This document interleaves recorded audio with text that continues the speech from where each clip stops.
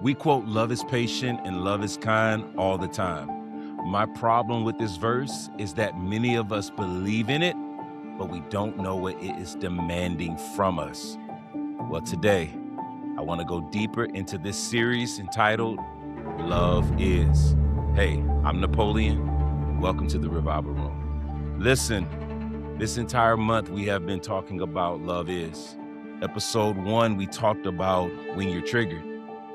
Episode 2, we talked about when you're wounded. Episode 3, if you missed it, go back and catch up. We talked about when you're overlooked. Well, today, we're talking about when you're disrespected. Because disrespect, watch this, reveals what still controls you. And I'm going to go ahead and let you know, we're going deep. It's going to be rough. But if you stick with me to the very end, I believe God's going to heal you. 1 Corinthians 13:5 says, love does not behave rudely, does not seek its own, is not provoked, thinks no evil. I want you to see something real quick. Is not provoked. That means not easily set off. Love is not easily set off. That means it is not constantly irritated. You ain't always ticked off. You're not always chopping somebody's head off. It doesn't mean you never feel anger. It does not mean that you never feel anger. But what it does mean is that anger doesn't run you. Anger doesn't run you. And I already know some of you are thinking already, that's just my personality. Some of y'all are saying, that's my personality. Napoleon, I'm passionate. Matter of fact, I'm so passionate, I don't tolerate disrespect. It's just who I am. But I want you to hear this. Personality does not override discipleship. I'm going to say it again. Personality does not override discipleship. And I need you to get this because it's going to change your life. Because maturity is not changing your personality. Maturity is not changing your personality. Watch this. It's submitting your personality to the Spirit. And what you have to realize is that, yes, you may have this personality. You may be a no-nonsense person, right? You may be that person where you don't tolerate no disrespect. But when you become a disciple, when you are a follower of Jesus Christ, you cannot let your personality override your discipleship. And what you do in that moment is you have to submit your personality to the Spirit. You have to surrender your personality to the Spirit. And that's tension already. That's tension already. So it leads me to point number 1. Watch this. Anger is not the sin. Losing control is. You see here, right here in the Revival Room, my job is to not make these biblical truths so spiritual that you can't apply it to real life. And this is why I do videos right here for people who already know the Lord, people who are trying to know the Lord, and people who don't know anything about the Lord. And you can't win a soul and you can't reach people if you're not keeping it a buck, if you're not keeping it real. The reality is anger is natural. It's a human response. It is something that we all deal with because anger is not the sin. Losing control is. Ephesians 4:26 says, be angry and do not sin. The Bible actually tells you to be angry. I want you to watch that. He says, be angry. It's all right. Just don't sin. So let's break this down. The Bible doesn't say don't feel anger. It says don't let anger drive the car. Don't let anger get behind the wheel. Don't let anger run your life. Have it, don't let it have you. Even Jesus felt anger. So in Mark 3:5, it says, and when he had looked around at them with anger, I'm not even going to go to the rest of the verse because I just want you to see that anger actually came out of Jesus. Anger makes you human because anger is an emotion, but sin is a decision. Anger is something that I'm going to feel whether I want to feel it or not. That is an emotion, and God gave us emotions. Therefore, it's okay to be angry. But sin is the decision. What I do with that anger now determines whether or not I am walking godly or I'm walking in the flesh. Watch this. Love is not emotionally numb. Because there are some people who try to make love equivalent to being numb. When you love, you just don't feel anything. True love just don't feel anything. No, that's not quite true. I do understand what they're trying to say sometimes. We'll go into that on a deeper level, another video. However, love is not being emotionally numb. Love is emotionally controlling yourself, emotionally governing yourself. Love is emotionally governed. You govern that. And I understand some of us right now don't have anger issues. We truly just have control issues. Whoa, I'm going to give you a minute to write that down because I'm cooking already. I promise you, some of you don't have anger issues. Some of you just have some control issues. And when things get out of your control, anger is the thing that surfaces. Yeah. You have a control issue. And sometimes this is the hardest subject to have with people who really think they just keeping it real and this just who I am. I understand what you're saying, but the reality is some of that anger issue is just a control issue. You don't know how to act when it's not in your control. You don't know how to treat your husband, your spouse, your children when things are out of control. And when things are out of control, sometimes we get out of control. And this right here leads me to point number 2, righteous anger versus pride anger. I want to break this down because many times I hear people in church, they get this really mixed up.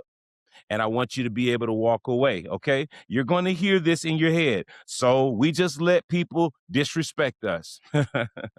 So Napoleon, what you teaching over here in the revival room is that just let people disrespect you. Listen, y'all, I'm 6'7". I'm 6'7". I don't come from the area of life. I don't come from the neighborhood. I wasn't raised by my parents to just let people just disrespect me. The answer to that is just absolutely no. Watch this. There is a difference between righteous anger and ego anger.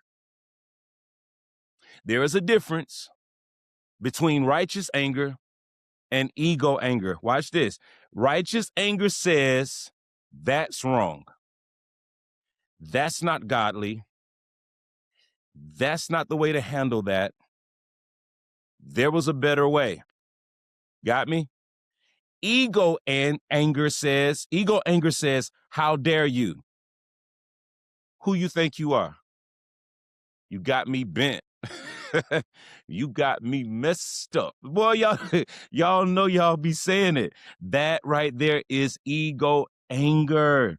Watch this. One protects truth, the other protects pride. Whew, I'm cooking tonight. I'm cooking, and you better share this video and stay with this video. Do not click off. I promise you. One protects truth, the other protects pride. Righteous anger protects truth. Truth. You see something happening, you know that's not right, you stand up and you see something, you say something. Righteous anger. Ego anger is all about protecting your pride. How dare you? Try it again. All of that. Proverbs 16:32 says, he who is slow to anger is better than the mighty. And he who rules his spirit than he who takes a city. Watch this. If you can't rule your spirit, you're not strong, you're just loud. Y'all are not ready for your boy. I said, if you cannot rule your spirit, you're not strong, you're just loud. Volume doesn't validate your point. Being loud doesn't make you right. Just because you screaming all over the place, it doesn't make your point right. You are not strong. You're not a strong man. You're not a strong woman. I don't care what you say. You're just loud. And winning the argument, watch this, doesn't mean you won the moment. Winning the argument doesn't mean you won the moment. The moment has to be bigger than just winning the argument. There are so many times right now that we have lost good people in our lives because we allowed that moment to cause our anger to go so far that we lost the person. That we lost the person that God sent in our lives. And now you won the argument, but lost the relationship. You won the argument, but you lost the marriage. You won the argument, but now your child doesn't want to speak to you ever again because some arguments are not worth winning. And this is what anger does to you. It blinds you in the moment. It makes you only focus on what is in front of you right now. And now your anger has taken control. You've lost all control. Now you're saying things you got to try to apologize for. You're trying to take back things that was somewhere buried in your heart. You say that you said something that you don't mean, but it was literally somewhere within you. You see what I'm saying? You can lose the moment by winning the argument. And I understand. Some of y'all are thinking right now, so we just let people talk to us crazy.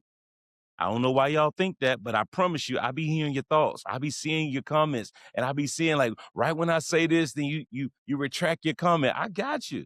Watch this. I don't believe that we just let people talk to us crazy. Just because I'm a Christian, just because I love Christ, just because I'm saved, doesn't mean I have to sit back and tolerate you talking to me crazy. No, but watch this. Calm is not passivity. Being calm doesn't mean I'm passive. Don't get it twisted. Don't get it twisted. Self-control is not even silence. Hear me. Calm is not passivity, and self-control is not silence. It doesn't mean just because you have self-control, you just sit back and you don't have a voice, you don't say anything, you never open your mouth. No. You have to speak. You have to speak up for yourself. You have to communicate. Come on now. You have to stand for truth, speak for truth. Come on. That goes back to the righteous anger, right? But we're not allowing our emotions to have control over us. Self-control does not remove your voice. It refines it. Self-control does not remove your voice. It refines it. It refines it because here's the truth. You can correct someone without going crazy. You can correct someone without going slap clean off. You can correct someone without your attitude just ruling everything, your neck popping, you ready to fight, you punching holes through walls. That's not God. And that's not godly. And that's not the best life that God has created for you to live. Love is not easily angered. Okay? That takes me to point number 3. Not everything is disrespect. I'm really about to hit the culture with this one. I hope you stay tuned. It's going to cut. Because if we're honest, every tone shift isn't disrespect. Just because I raised my tone doesn't mean I was disrespecting you. Hear me? Every correction is not dishonor. And we're living in a culture now. No one wants to be corrected. And as soon as correction come, he disrespected me. He dishonored me. No. Every disagreement isn't an attack. And that's the problem. So many of you have yes people around you. Yes, yes, yes, yes, yes, yes, yes. Yes, yes, yes, yes. And you cultivated a yes following. You cultivated yes friends. You cultivated a yes community. Because the moment someone disagrees with you, you feel attacked. Sometimes it's not disrespect. Sometimes it's your insecurity reacting. I'm going to sit with that. Sometimes it's just your insecurity reacting and you feel it and you don't like it. Because if we're honest, some of us was raised in cultures that glorify aggression. Woo! Y'all not ready for your boy tonight. I promise you. I promise you're not ready. I'm going to say it again. Some of us was raised in cultures that glorify aggression. It sounds like, don't let nobody talk to you like that. Don't let nobody talk to you crazy. You better stand on business. You better check that fool.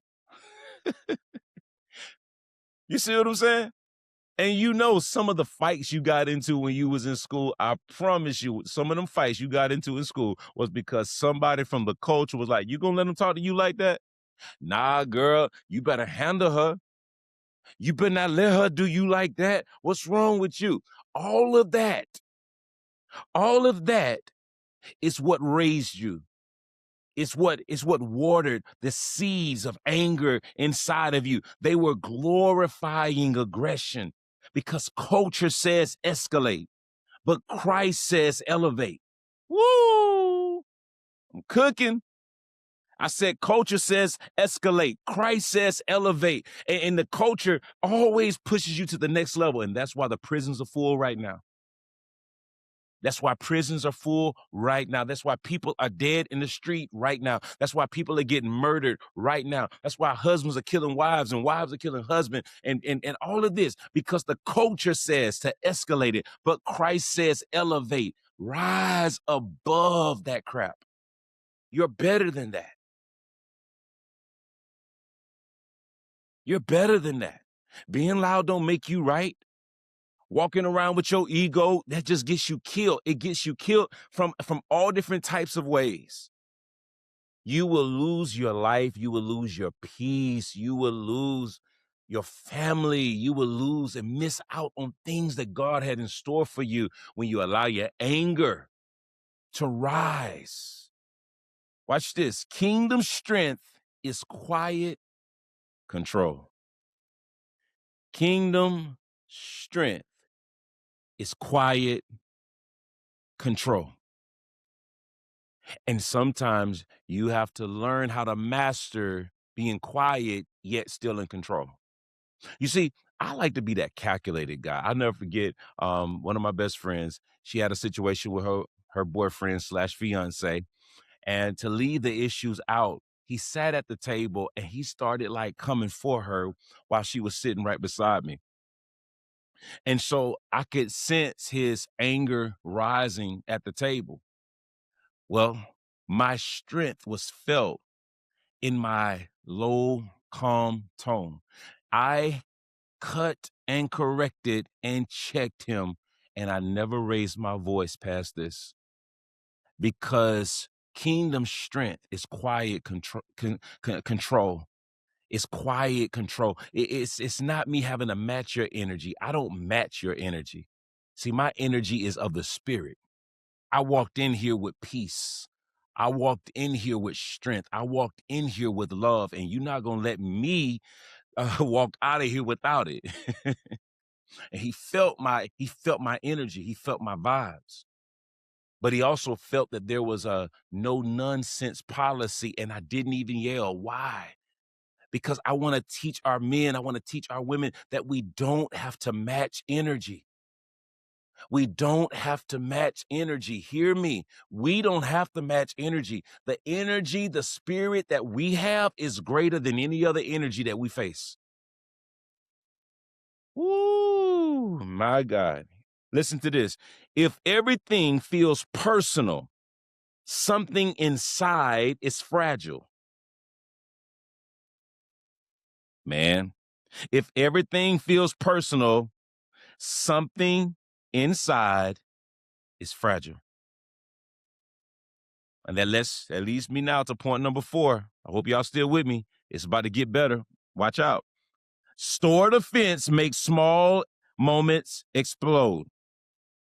Stored offense makes small moments explode.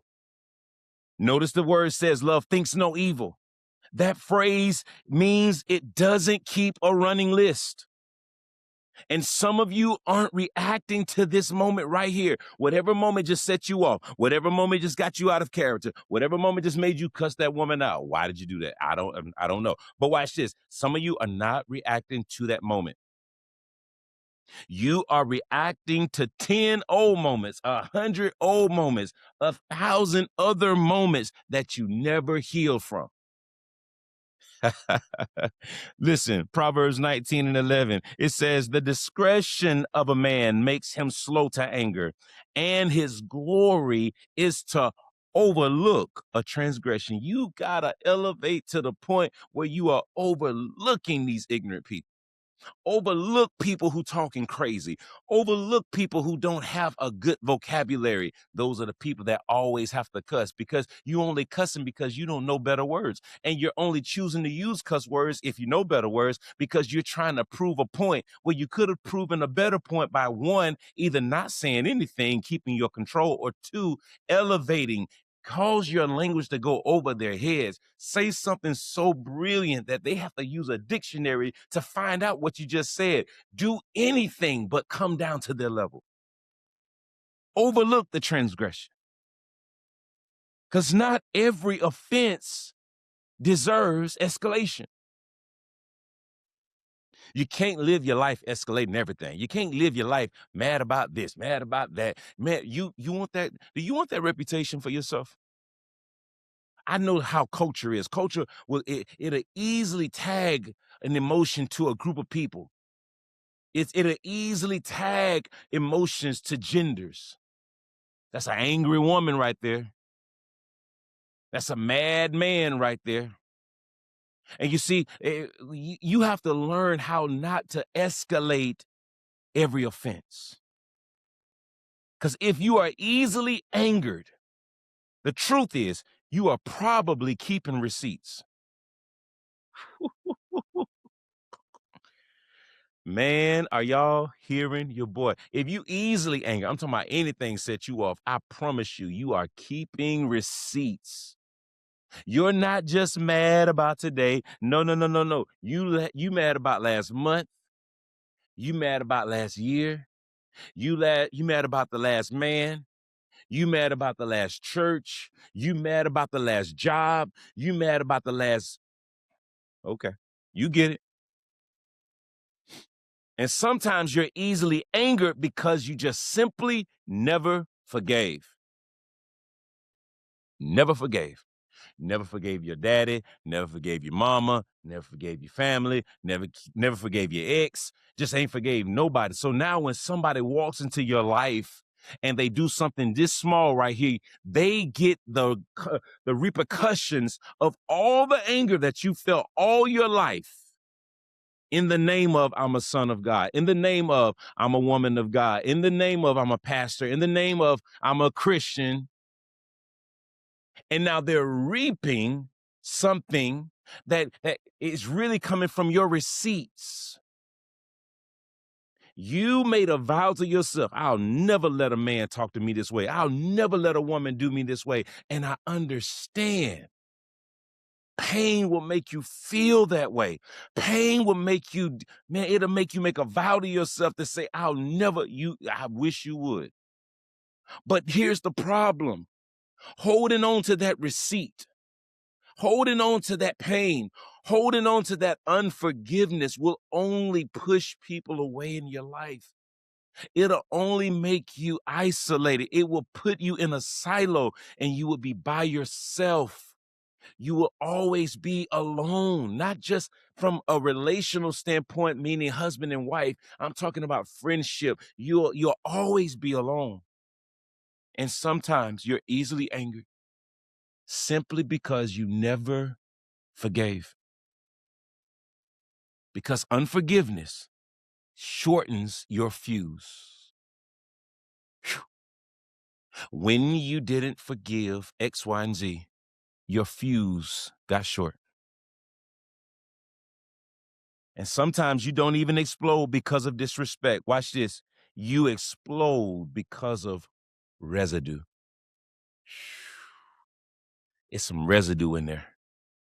And what God is doing through this whole entire Love Is series, it's exposing the residue in our hearts. It's exposing the residue in our soul. It is showing us how dirty we are. It's showing us what we got to fix. And we're using this word love. But man, there's so much inside of us that we got to fix, that we have to correct, that we have to come in alignment with. You're exploding because of residue.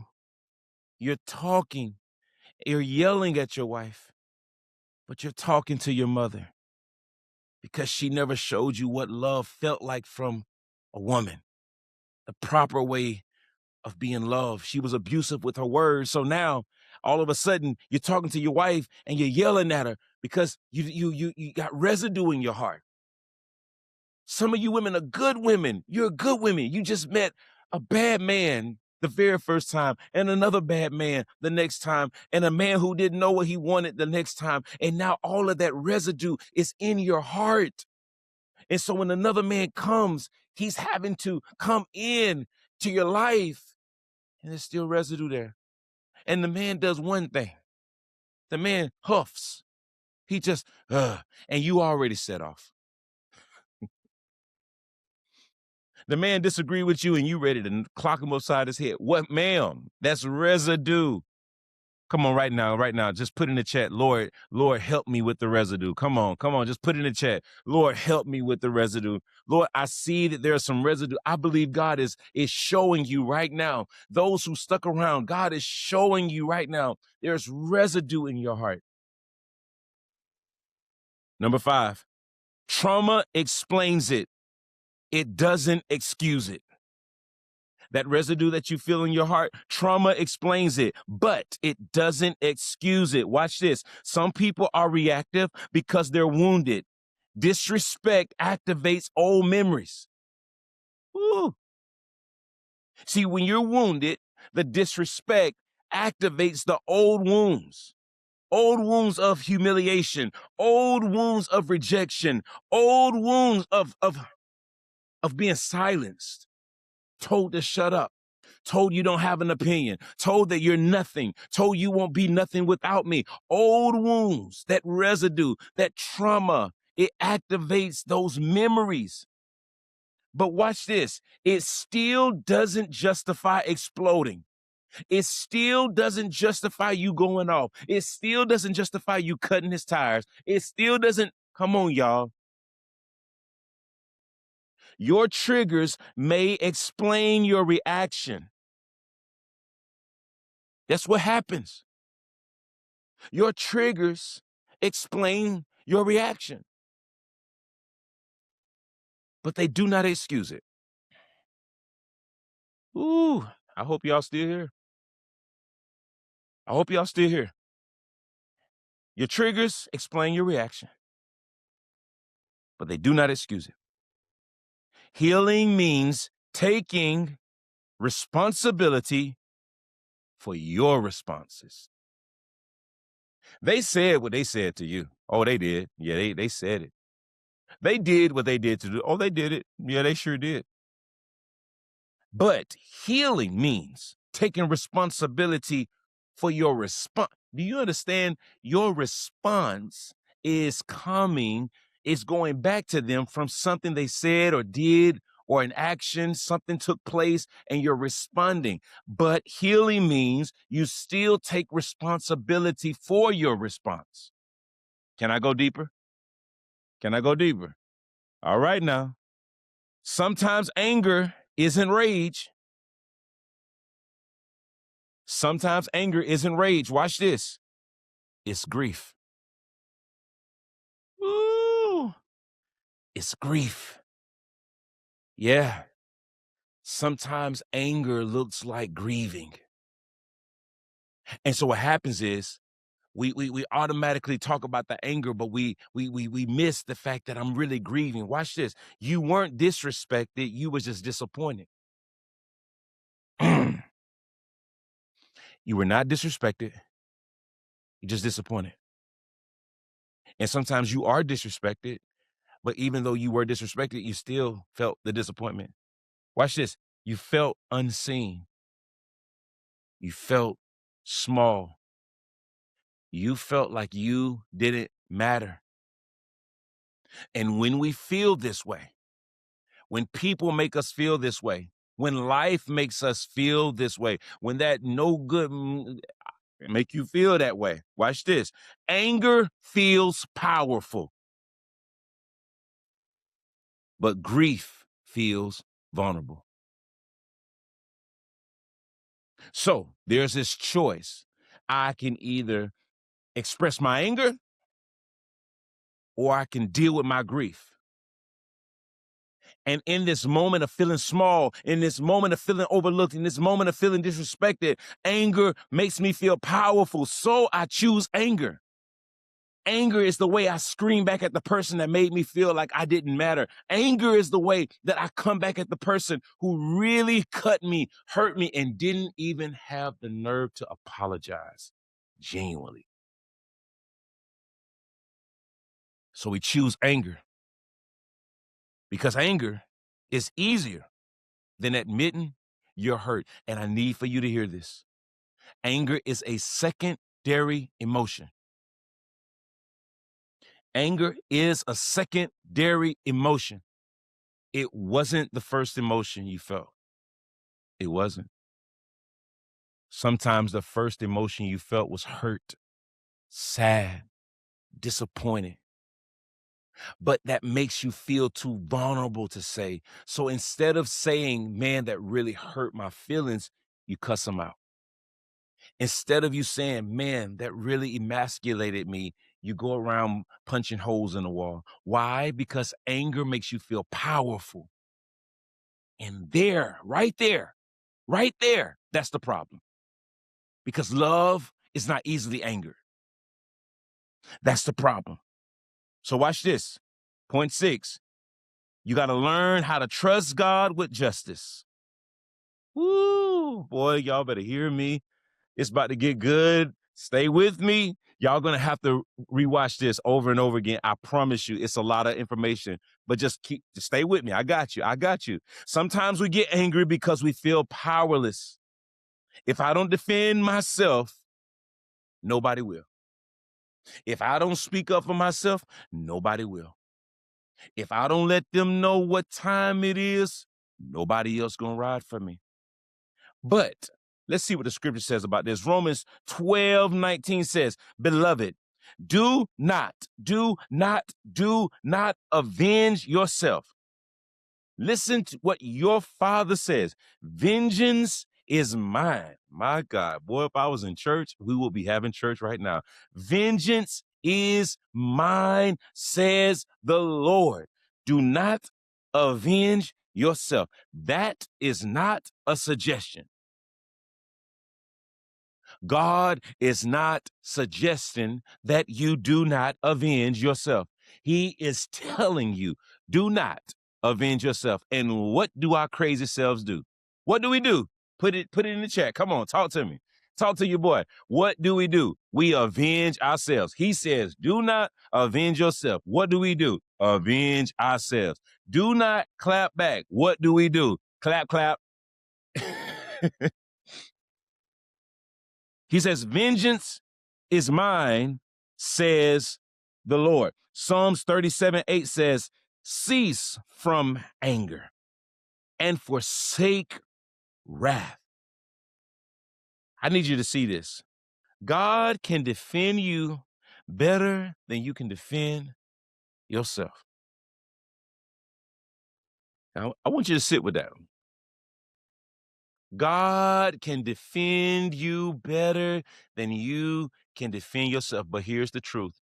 You don't believe that. You don't believe it. I don't care what you say. You don't believe it. Why can I say that? Why can I be so bold by saying that? Because you keep avenging yourself. You keep explaining yourself. You keep defending yourself. You keep clapping back. You keep retaliating. If you believe that God can defend you better than you, you'll stop defending you because I know you're smart.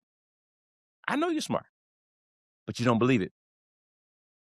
You don't believe it. You think God's just gonna let them just skate away with what they just did to you. And that right there, it bothers your core, if you're honest. Because there's residue in your heart. Your heart isn't as clean as you think it is. And love is trying to change that.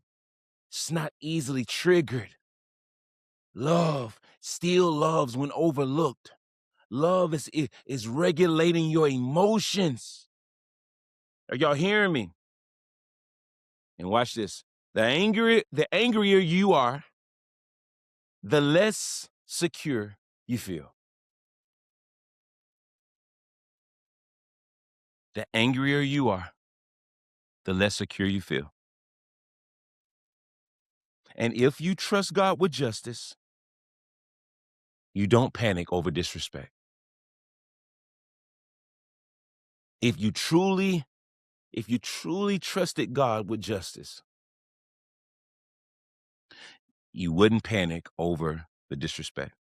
Which leads me to point number 7.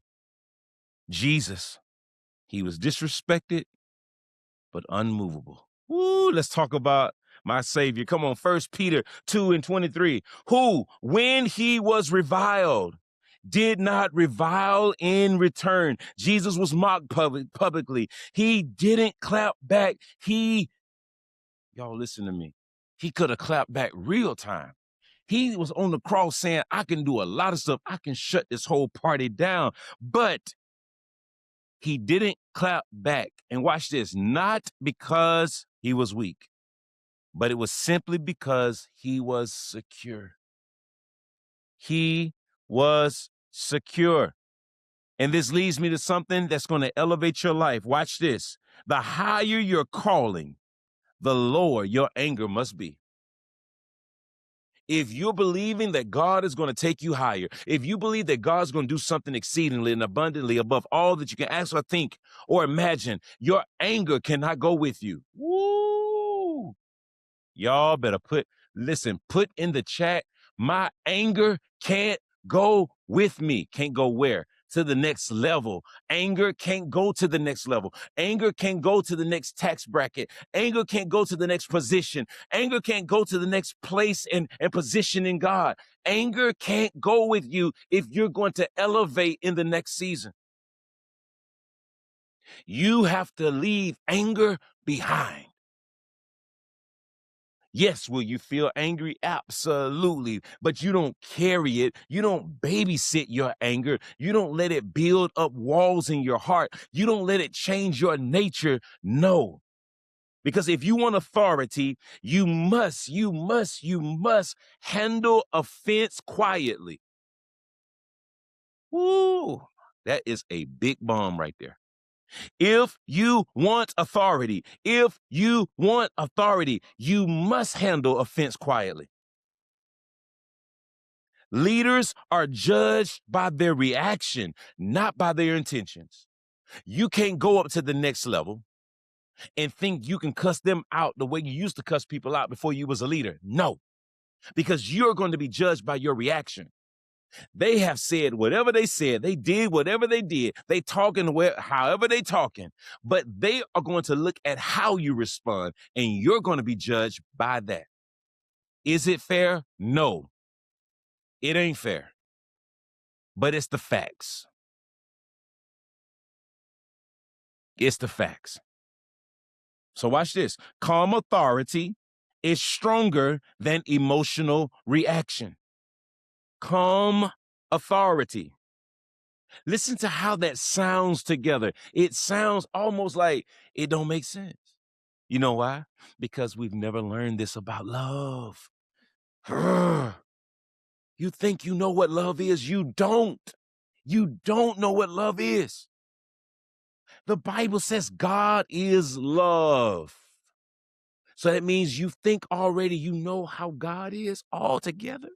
We are always learning about God. Therefore, we are always learning about love. Calm authority is stronger than emotional reaction. You don't prove strength by raising your voice. You prove strength by keeping your peace. Y'all, I'm telling y'all, I know this is good. You don't prove the strength by raising your voice. You prove strength by keeping your peace. And I want to encourage you right now, keep your peace.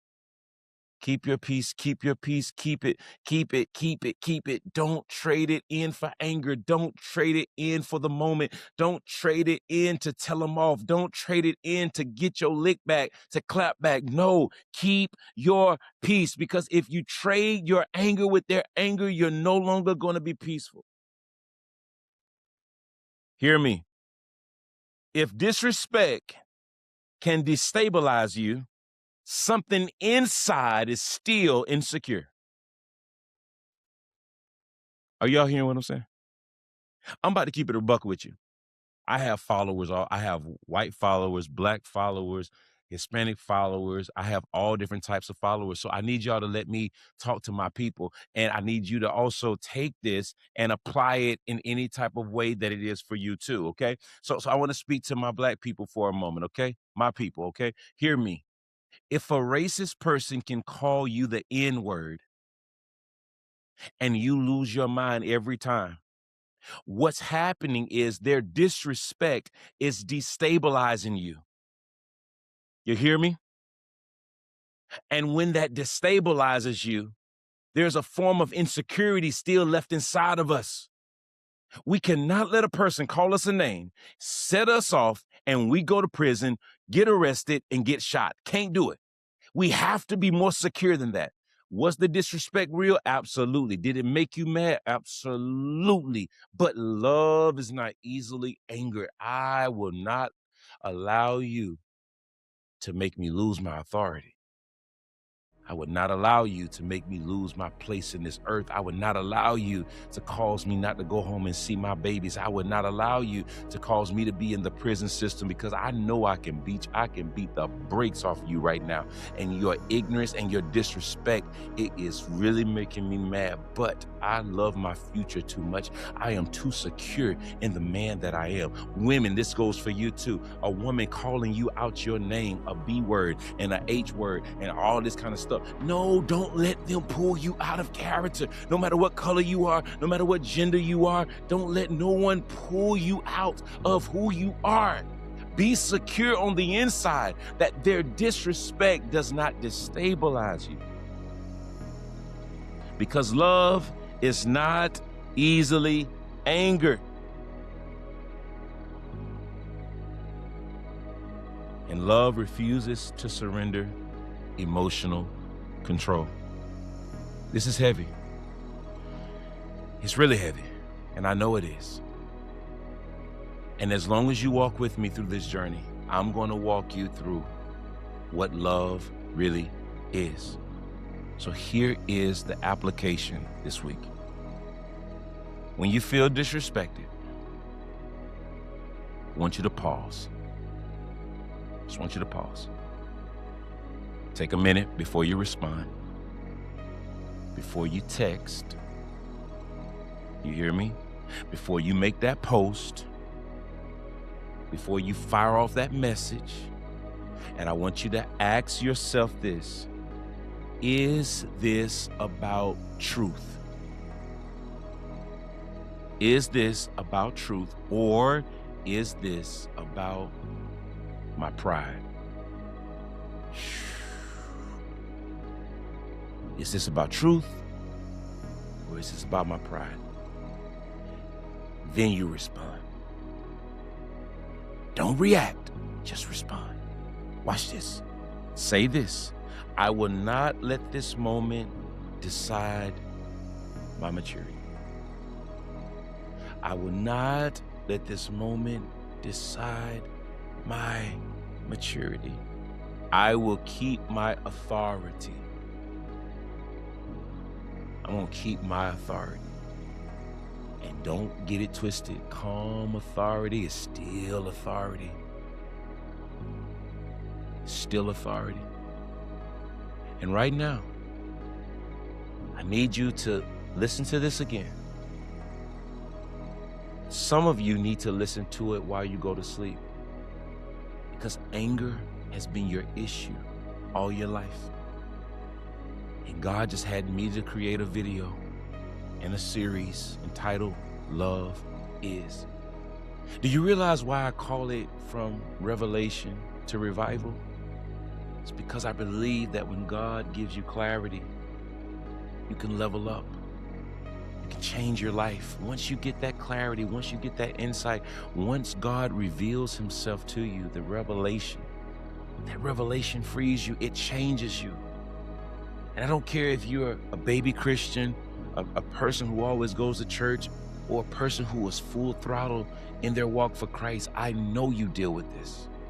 That's the purpose. That's the purpose of me making these videos. I'm doing it for you.